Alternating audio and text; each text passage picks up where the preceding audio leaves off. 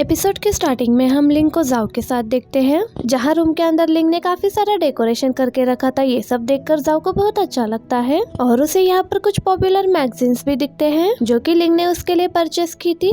जिसके बाद ये दोनों सुपरमार्केट जाते हैं, जहाँ से लौटने के बाद ये दोनों डिनर करते हैं। और दूसरी तरफ हम एनशिंग को देखते हैं, जिसके पास योयो की कॉल आई थी और एनशिंग उससे उसका हालचाल पूछकर फोन कट कर देता है। अब एनशिंग को योयो से बात करते हुए जाइनर भी देख लेती है। जाइनर एनशिंग पर बहुत गुस्सा करती है कि योयो जाओ की रिलेटिव है, पर एनशिंग कहता है कि योयो का जाओ के साथ कोई भी लेना देना नहीं है। इसके बाद सीन फिर से जाओ और लिंग पर आता है, जहाँ पर लिंग किसी से फोन पर बात कर रहा था और वो बहुत देर से बात कर रहा था, जिस पर जाओ को उस पर शक होता है। तभी लिंग जाओ से कहता है कि क्या तुम मेरे साथ अनकंफर्टेबल हो। जाओ कहती है कि ऐसा कुछ भी नहीं है। इसके बाद ये दोनों लेट जाते हैं, जहाँ लिंग जाओ को एक स्मार्ट बैंड पहनाता है और उससे कहने लगता है कि ये तुम्हारे हार्ट बीट को मॉनिटर करेगा। और इसके बाद लिंग जाओ के माथे पर किस करता है और फिर ये दोनों सो जाते हैं। अगली सुबह जाओ को अपने घर के दरवाजे पर एक कोरियर मिलता है, जो कि लिंग के नाम पर जाइनर ने भेजा था। और फिर ये दोनों फर्नीचर बाय करने के लिए जाते हैं। ये दोनों अपने साइज के अकॉर्डिंग एक बेड परचेस करने के लिए आए थे। इसके बाद कई सारे फर्नीचर प्रोडक्ट्स अपने घर पर ले आते हैं और फिर ये दोनों एंजॉय करते हुए रूम को कस्टमाइज करते हैं।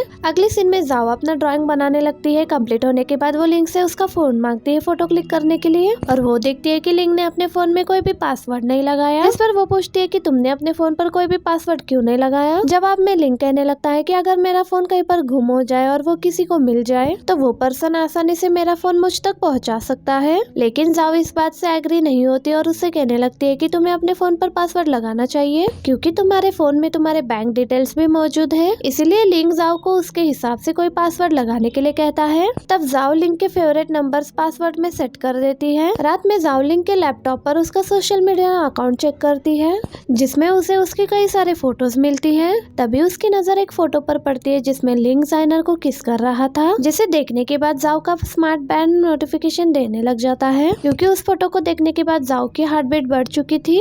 अगली सीन में हम जाओ को उसके कॉमिक स्टूडियो में देखते हैं, जहाँ योयो और ली जाओ की वापसी को सेलिब्रेट कर रहे थे। लेकिन हम देखते हैं कि जाओ का मूड ऑफ था, क्योंकि उसके दिमाग में वही फोटो वाला सीन चल रहा था। अब वो इन दोनों से उस फोटो से रिलेटेड कुछ सवाल जवाब करती है। और दूसरी तरफ एली और डॉक्टर को बॉक्सिंग रिंग में देखते हैं, जहाँ एली वहाँ के कुछ स्टूडेंट की कोच थी और वो सभी को वहाँ पर बॉक्सिंग के बारे में ट्रेन कर रही थी। लेकिन उनमें से एक पर्सन एली को टॉन्ट करने लगता है, जिसे देखकर डॉक्टर को बहुत गुस्सा आने लग जाता है और वो उस पर्सन को धक्का देकर पीछे कर देता है, जिससे उस पर्सन को भी काफी ज्यादा गुस्सा आ जाता है और वो पर्सन डॉक्टर को रिंग में आकर फाइट करने के लिए कहता है। जिसके बाद इन दोनों के बीच में एक फाइट होती है, लेकिन वो पर्सन काफी ज्यादा पावरफुल था, इसीलिए वो डॉक्टर को बहुत ही बुरी तरीके से मारता है। लेकिन इसके बावजूद भी डॉक्टर उसको कड़ी टक्कर देता है, लेकिन वो बंदा डॉक्टर को बहुत ही ज्यादा मारता है, इसीलिए उसकी हालत भी खराब हो जाती है। अब ये सब कुछ एली देख रही थी, तो उसे एहसास हो जाता है कि डॉक्टर उसकी कितनी ज्यादा केयर करता है। मतलब एली को एहसास होता है कि डॉक्टर उसे कहीं ना कहीं लाइक करता है।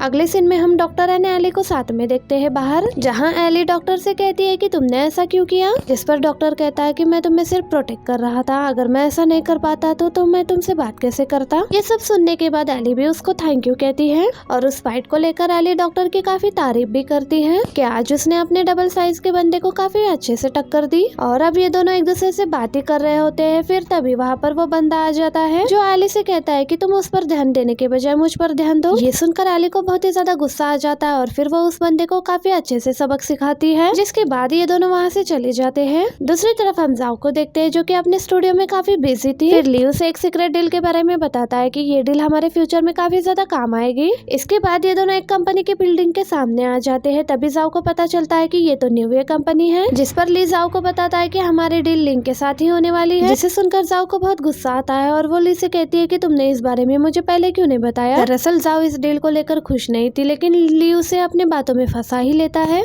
हमारे लिए ये डील अच्छी है। वही हम लिंक को देखते हैं, जहाँ उसकी दो एम्प्लॉयज उसकी पर्सनालिटी को लेकर अच्छे से बात कर रही थी। उतने में ही ली और जाओ लिंक के पास जाते हैं, जिसके पास जाकर जाओ लिंक के साथ एज ए एम्प्लॉय की तरह बात करती है, जिसमें साइड में बैठे एम्प्लॉयज को भी यही लगता है कि जाओ अपने किसी कंपनी के बारे में बात करने के लिए लिंक के पास आई है। आगे जाओ लिंक के साथ एक मीटिंग करती है, जहाँ वो अपने प्रोजेक्ट के बारे में सबको बताती है, जिसे सुनकर वहाँ पर बैठा एक एम्प्लॉय लिंक से कहता है कि आपको इतने छोटे से प्रोजेक्ट पर इन्वेस्ट करने की कोई जरूरत नहीं है। लेकिन लिंक जाओ के इस प्रोजेक्ट के लिए रेडी हो जाता है और फिर जाओ को वो अपने रूम में ले जाता है, जहाँ जाओ प्रोजेक्ट के लिए लिंक को थैंक यू कहती है, जिसके बाद लिंक जाओ को किस कर लेता है। आगे हम साइनियो कंपनी को देखते हैं, जहाँ पर जाइनर के पास जेनर फ्लावर्स लेकर आता है और उसे उसके सक्सेस के लिए कॉन्ग्रेचुलेट करता है। तब जाइनर जैन को स्कूल फेस्टिवल के लिए इनविटेशन देती है।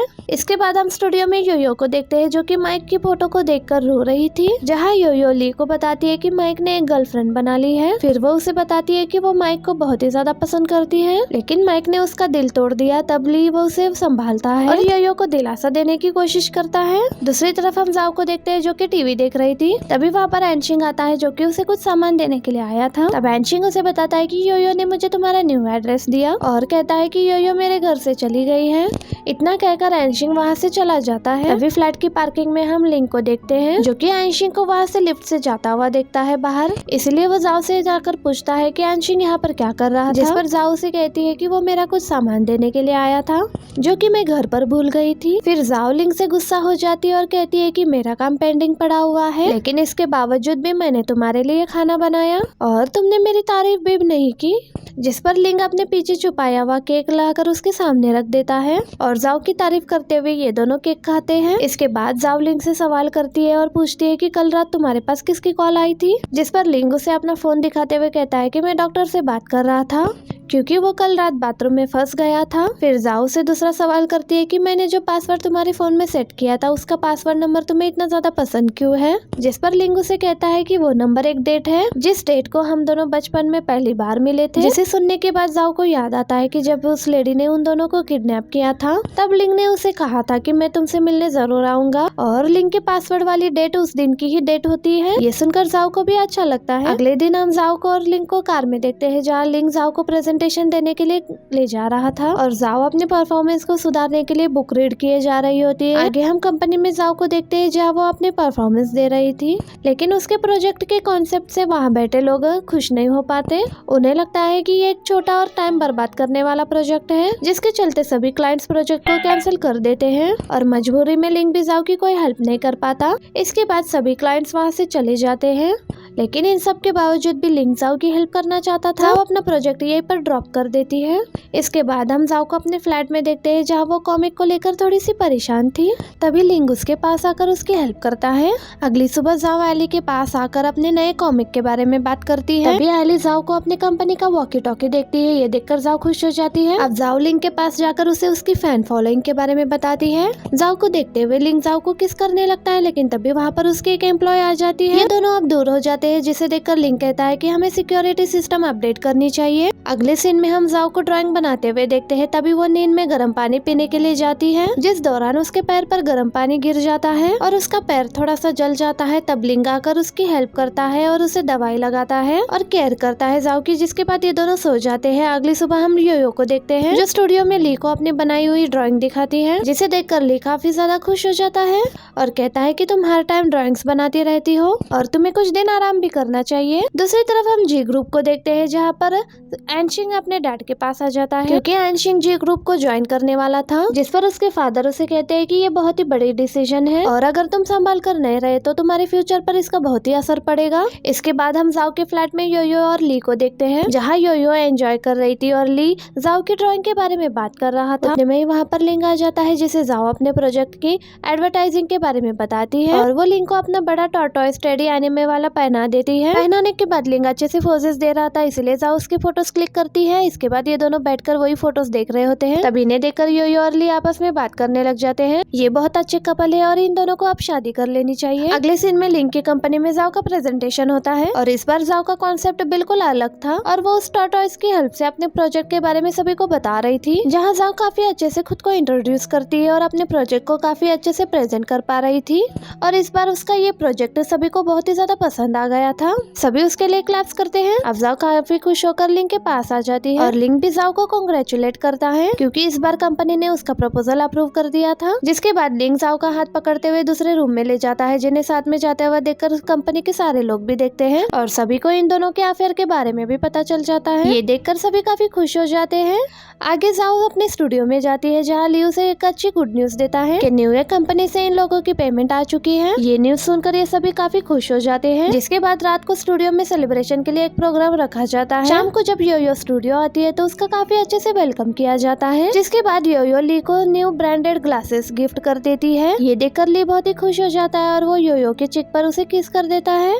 दूसरी तरफ हम निवे कंपनी में एक क्लाइंट को देखते हैं, जो कि निवे कंपनी से मिलकर उसे आगे बढ़ाने के प्लान के बारे में बात कर रहा था, लेकिन लिंग उसके आइडियाज से इम्प्रेस नहीं हो पाता और उस बंदे को यहाँ से जाने के लिए कह देता है। आगे हम एनशिन को जी ग्रुप के अंदर देखते हैं। उसके असिस्टेंट उसे बताती है कि आज रात जाओ ने एक पार्टी अरेंज की है जिसमें आपको इनवाइट किया गया है, लेकिन एनशिन पार्टी में जाने से मना कर देता है। जिसके बाद हम जाइनर को देखते हैं, जो कि एक एल्बम देख रही थी और ये वही एल्बम होता है जो जाओ को अपने दरवाजे पर मिली थी। इस एल्बम के अंदर वो लिंग और जाइनर की वही किस वाली फोटो थी और जाओ लिंग को गलत समझे, इसलिए जाइनर ने ये एल्बम जाओ को भेज दी थी, लेकिन लिंग ने उसे वापस से जाइनर के पास भेज दिया। इसके बाद जाइनर को उसके दरवाजे के बाहर जेन मिल जाता है और ये दोनों बाहर घूमने के लिए चले जाते हैं। जेन जाइनर को एक गिफ्ट देता है, जिसके बाद ये दोनों डिनर के लिए जाते हैं। जाइनर जेन को एलिना नाम की एक लड़की के बारे में पूछती है। जेन कहने लगता है कि वो तो पास्ट की बात है और मुझे इस बारे में कोई बात नहीं करनी है। जेन जाइनर के लिए उसकी फेवरेट वाइन्स मंगवाता है, जिसके बाद ये दोनों बहुत ही ज्यादा ड्रिंक करने लग जाते हैं। जाइनर का फेवरेट वाइन था, इसलिए उसने बहुत ज्यादा ड्रिंक की थी।